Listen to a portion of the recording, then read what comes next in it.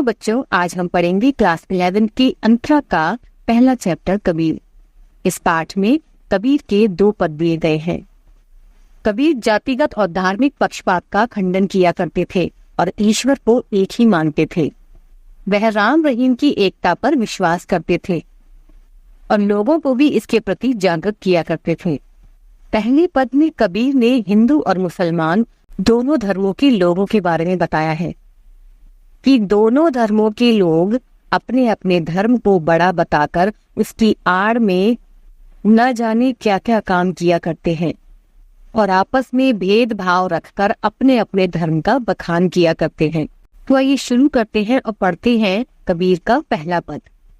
अरे इन दोवन राह न पाई, हिंदू अपनी करे बड़ाई, गागर छुवन न देई, बैस्या के पायन तरसोई, यह देखो हिंदुआई। कबीर दास जी कहते हैं कि इन दोनों ने यानी हिंदू और मुसलमान दोनों धर्मों के लोगों ने अभी तक राह नहीं पाई है, यानी अभी तक उनको कोई भी ज्ञान प्राप्त नहीं हुआ है। वो दोनों भी अपने धर्म के नाम पर भटक रहे हैं। हिंदू अपनी बहुत बढ़ाई करता है लेकिन अपनी गागर यानी अपना घड़ा किसी को छूने तक नहीं देता। ये पहले समय की बात है और आज भी कहीं कहीं ऐसा देखा जाता है कि ये लोग, बड़े लोग जो होते हैं, वो अपने पानी से भरा घड़ा भी किसी को छूने तक नहीं देते थे। यानी कि उस समय में छुआछूत बहुत माना जाता था और आज भी ये कहीं न कहीं देखने को मिलता है।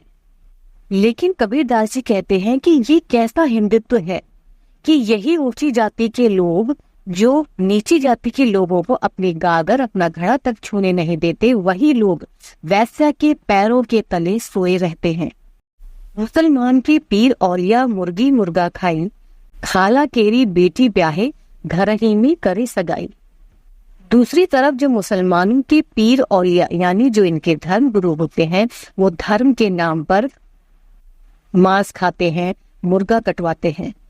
इनके धर्म में घर की बेटी को मौसी के घर में ही ब्याह दिया जाता है। बाहर से एक मुर्दा लाए, धोए धाए चढ़वाई, सब सखियां मिली जेवन बैठी, घर भर करे बड़ाई। कबीरदास जी कहते हैं कि बाहर यानी दुकानों में जहां पशु पक्षी काटे जाते हैं, वह उन्हीं को मुर्दा कह रहे हैं। यानी ये लोग इसी मांस को घर लाकर धो धाकर चूल्हे पर चढ़ाते हैं और पकाते हैं। उसके बाद घर की सभी महिलाएं मिलकर जब खाने बैठती हैं तो अपने पकाए खाने की खुद ही बहुत ही तारीफ करती हैं और अपने धर्म की बढ़ाई करती हैं। हिंदुन की हिंदुआई देखी तुर्कन की तुर्काई, कहे कबीर सुनो बै साधो, कौन राह है जाई। आगे कबीरदास जी कहते हैं कि मैंने हिंदू और मुसलमान दोनों के धर्मों को देख लिया। अब सुनो हे संतो, तुम किस राह जा रहे हो, यानी अपने धर्म के नाम पर तुम किसे अपना रहे हो, क्या कर रहे हो।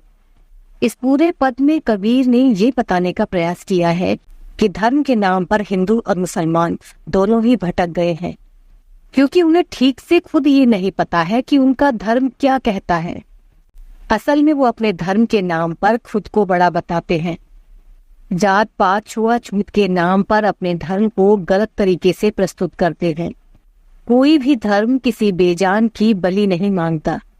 इसीलिए कबीर ने कहा है कि इन दोनों धर्मों के लोग अपनी राह भटक चुके हैं, अपने धर्म के ज्ञान को ठीक से समझ नहीं पाए हैं। तो आइए अब पढ़ते हैं कबीर का दूसरा पद। इस पद में कबीर जी ने खुद को एक विरहिणी स्त्री बताया है, यानी अपने प्रेमी से बिछड़ी हुई एक दुखियारी प्रेमिका, और वह स्त्री अपने प्रेमी से मिलने की आस लगाए बैठी है। बालम आवो हमारे देह रे, तुम बिन दुखिया देह रे। कबीरदास जी ने यहाँ पर बालम अपने ईश्वर, अपने प्रभु को कहा है। वह कहते हैं कि हे बालम, हे मेरे प्रिय पति परमेश्वर, तुम मेरे घर आओ।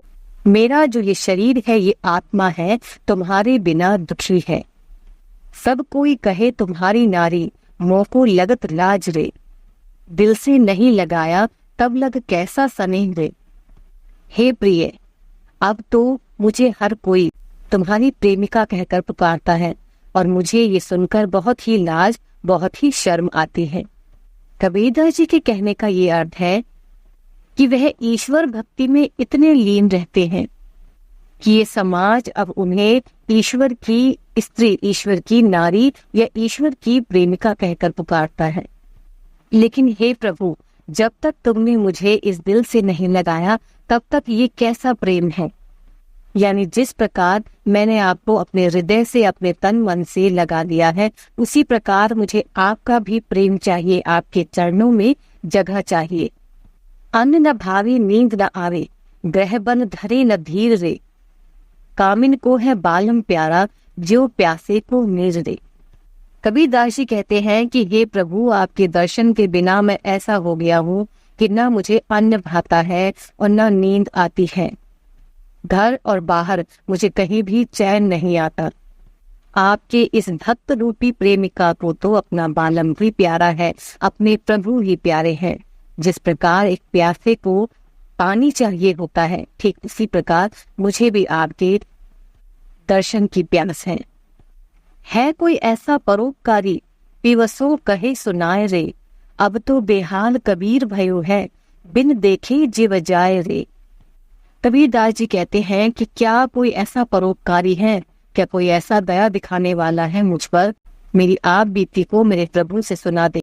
आपका ये भक्त अब बेहाल हो चुका है, आपको बिना देखे अब जिया नहीं जाता। उनके कहने का ये अर्थ है कि शायद उनके दिल की आवाज उनके प्रभु तक, उनके ईश्वर तक नहीं पहुंच रही है, पर क्या कोई ऐसा परोपकारी है जो मेरे प्रभु तक मेरे दिल की आवाज और मेरे दुखी हाल पहुंचा दे। मैं तो बस अपने प्रभु के दर्शनों का प्यासा हूँ और उन्हें देखे बिना अब तो जीना भी मुश्किल हो गया है। ओके बच्चों, तो ये थे कबीर के दोनों पद के अर्थ। उम्मीद करती हूँ आपको समझ आया होगा। मिलेंगे ऐसे ही नेक्स्ट वीडियो में, तब तक के लिए ओके बाय।